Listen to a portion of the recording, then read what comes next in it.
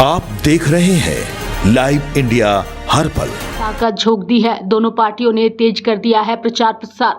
इसके साथ ही आपको बता दें कि पश्चिम बंगाल की राजनीति में 2026 का चुनाव केवल दो विचारधाराओं की लड़ाई नहीं, बल्कि दो पीढ़ियों के बीच तालमेल बिठाने की चुनौती भी बन चुका है। ममता बनर्जी जहां इस चुनाव में अपने कई पुराने विधायकों का टिकट काटकर जेएनजी पर दांव खेला है, वहीं बीजेपी ने भी ममता बनर्जी के नहले पर 40% से अधिक जेएनजी को टिकट देकर दहला फेंक दिया है। राज्य की लगभग 7 करोड़ की मतदाता सूची में एक बड़ा हिस्सा उन युवाओं का है जो पहली या दूसरी बार मतदान करेंगे। यही कारण है कि तृणमूल कांग्रेस और बीजेपी दोनों ही पार्टियां इस जेएनजी फैक्टर से डरी हुई है और उन्हें साधने के लिए लुभावने वादों और संगठनात्मक बदलाव का सहारा ले रही है। मुख्यमंत्री ममता बनर्जी ने 20 मार्च 2026 को अपनी पार्टी का चुनावी घोषणा पत्र जारी किया, जिसमें सबसे अधिक चर्चा युवा साथी योजना की हो रही है। इस योजना के तहत 21 से 40 वर्ष के बेरोजगार युवाओं को प्रतिमाह 1,500 रुपए और सालाना 18,000 रुपए देने का वादा किया गया है। राजनीतिक जानकारों का मानना है कि टीएमसी ने लक्ष्मी भंडार की सफलता को युवाओं पर दोहराने की कोशिश की है। अभिषेक बनर्जी, जिन्हें पार्टी में युवा चेहरे के तौर पर पेश किया जा रहा है, लगातार रोजगार और उद्योग की बात कर रहे हैं ताकि पलायन के मुद्दे पर घिरी सरकार को बचाया जा सके। दूसरी ओर बीजेपी के भी तमाम नेताओं ने प्रचार प्रसार तेज कर दिया है। लगातार दिग्गज नेताओं का पश्चिम बंगाल की धरती पर पहुंचने का सिलसिला जारी है। ऐसे में जो प्रत्याशी हैं उनकी ओर से भी प्रचार प्रसार तेज कर दिया गया है। आज भगवान महावीर का जयंती है, पावन पर्व है। यहाँ का जैन समाज का बहुत पुराना मंदिर है, प्राचीन मंदिर है। ये आस्था का एक केंद्र है। मैं भारतीय जनता पार्टी का भवानीपुर का प्रत्याशी होने का नाते मैं हर साल ये कोलाघाट जैन मंदिर में मनाता हूँ। इस साल यहाँ मुझे मौका दिया, यहाँ का मंदिर कमेटी ने, ट्रस्ट कमेटी ने, पूरा जैन समाज ने, मैं प्रणाम किया, वंदन किया, आरती किया और इनका मंदिर का जो जितना भी श्रद्धालु था सबका साथ बहुत प्यार मोहब्बत से बात हुआ है। सबका आशीर्वाद लेकर, प्रसाद लेकर मैं जा रहा हूँ दूसरा मंदिर में। इस आज महावीर जयंती पर सबको शुभकामना। भगवान के आशीर्वाद में हमारी सब कुशल हो। बंगाल में जो बर्बादी हो रहा है वो बर्बादी से बंगाल निकल के आए, यही प्रार्थना है। देखिए, नारू गोपाल यहाँ के बहुत अच्छे मानीते लीडर है और टाउन में बहुत अच्छे से काम करते हैं, हमेशा लोगों के बीच में रहते हैं, तो अच्छा लगता है उनको काम करते हुए देखते हुए। और हम चाहते हैं कि ये इस बार जीते।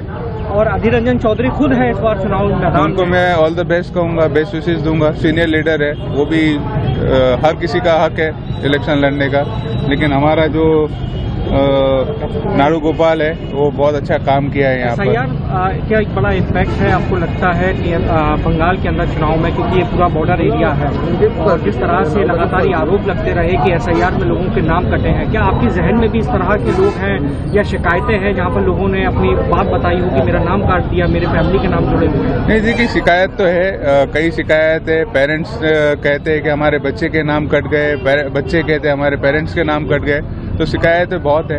और दीदी लड़ रही है, उसके लिए अभी भी लड़ रही है। और एक अकेली एक ऐसी सीएम है जो हाई कोर्ट में भी गई है और कोर्ट में जाके यहाँ के लोगों के लिए लड़ी है और हमेशा लड़ती रहेगी। और श्योरिटी दी है कि किसी भी लीगल अंतर बहुत बड़ा परिवर्तन होगा। यहाँ की जनता जो है वो हिंदू, मुसलमान, सिख, ईसाई, बंगाली या बंगाली जो भी हैं, सबका मन परिवर्तन हो गया है और वो लोग चाह रहे हैं किसी भी तरह यहाँ से तृणमूल को हटाया जाए, क्योंकि उनका जो दुर्नीतिगत सरकार है, आपने देखा होगा इसके पहले शिक्षा से लेकर पार्थो चटर्जी, खाद्य जो है ज्योतिप्रिय मल्लिक और तमाम सारे जो कोयला चोरी, बालू चोरी, जो भी दुर्नीति है इनका सबसे ज़्यादा जो है पूरे विश्व में। हम तो पूरा विश्व घूमे नहीं हैं, लेकिन एक दो जगह बाहर गए हैं, लेकिन हमको ये लग रहा है कि पूरे विश्व में ऐसा जो है चोरी डकैती और कहीं नहीं हुआ जितना ममता बनर्जी के नेतृत्व में यहाँ पे हुआ। इसके पहले भी लेफ्ट फ्रंट, वाम फ्रंट जो है 40 साल थी, कोई भी उनका नेता कोई अंदर जेल में गया नहीं है, बता सकते हैं आप। बहुत ईमानदार थे लोग, लेकिन इनके नेतृत्व में जो परिवर्तन हुआ था 2011 में, उसके वो 14 साल के अंदर आप लोगों ने सबने देखा कि टॉप टू बॉटम, नीचे से ऊपर तक जितने भी इनके नेता हैं वो हर जगह, वो चाहे हॉकर का पैसा हो, चाहे वो पार्किंग का पैसा हो, या और भी जो है वो सब लोग चोरी डकैती में लोग लिप्त हैं। इसलिए जनता जो है मन बना चुकी है इनको किसी भी तरह हटाने के लिए। ममता बनर्जी कह रही है कि वुमेन की एंटी वुमेन है बीजेपी पार्टी, और इसीलिए महिलाओं का वोट काटा जा रहा है। इसीलिए कामदूनी कांड हुआ। कामदूनी कांड जो हुआ था वो ममता बनर्जी फेवर में थी, इसलिए हुआ था। और भी ऐसे बहुत कामदूनी जैसे बहुत घटना घटे यहाँ पे, तो वो तो बोलना पड़ेगा ना वो कि हाँ, अगर ये अगर बीजेपी अगर ममता ये महिला विरोधी हैं तो वो कौन सी महिला की फेवर में? महिला कहीं भी महिला विरोधी नहीं है बीजेपी, ये बोला नहीं जा सकता है। अभिषेक बनर्जी का कहना है कुछ भी कर ले जीत टीएमसी की ही होगी। हाँ, वो जो छप्पाबाजी करके आते थे उनको आशा था, इसीलिए कल यहाँ पे आए थे। वो तो उनको आशा अभी भी हम लोग को है कि हम लोग जीतेंगे, लेकिन ऐसा है नहीं। 30,000 वोटर बताया गया कि एक दिन में जो है लिस्टिंग हो गई, इससे क्या कहना चाहते हैं? नहीं, इसमें कहना क्या है कि जो लोग ओरिजिनल हैं उनको हम लोग चाहते हैं वो वोट दें, लेकिन जो छप्पाबाजी वाला वोट है वो वोट वो लोग नहीं दे पाएंगे। इसके लिए बहुत जनता इसके लिए खुश है। It's going on fine. Response is very positive. We have a few staunch CPM voters here, but I'm trying to convince them that it's no point, dividing the votes, because it's sure that Shonapur Dakhin is going to win. So it's better not to, break votes, waste their votes, and we are going to come into power. BJP is going to come into power. That time, all the CPM workers will also be taken care of. They should be given whatever. Every single human being, as per their, whatever they deserve, whatever they need, whatever they want. So we'll look after everybody. That's for sure. Here, TMC government has been always, and they have been always doing a big mistake. That if you don't vote for TMC, you will not get Awas Yojana, you will not get water, you will not get a proper pipeline, and you will not even get light. So this discrimination is not right. Ma'am, yesterday we saw Abhishek Banerjee going to Election Commission and giving allegation to the Election Commission that they are tampering with Form 6. How do you see this entire thing, ma'am? I am not going to comment on this. We have other legal people who are going to. We have a team who communicates with Election Commission. And Election Commission is an autonomous body. So Abhishek Banerjee, and why only Abhishek Banerjee? Anybody can go to them and lodge a complaint there.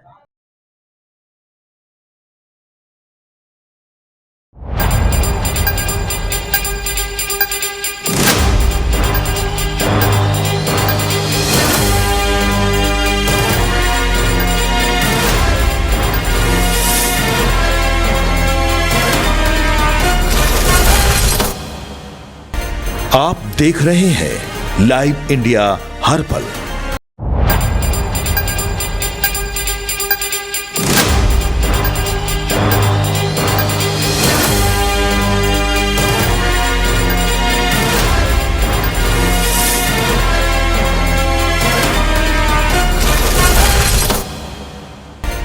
आप देख रहे हैं live India हर पल।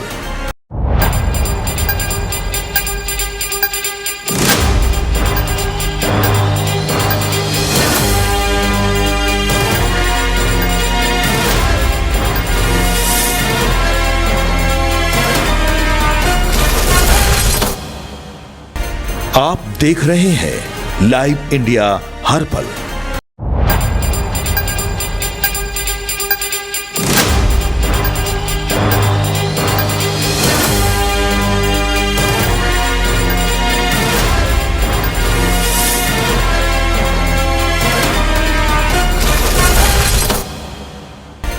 आप देख रहे हैं live India हर पल।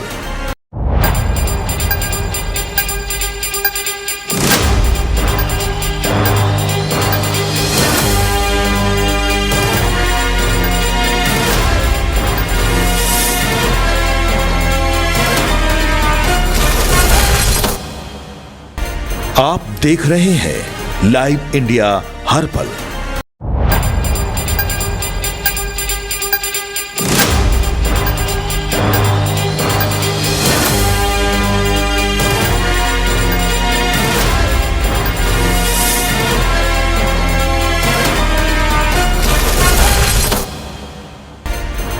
देख रहे हैं लाइव इंडिया हर पल।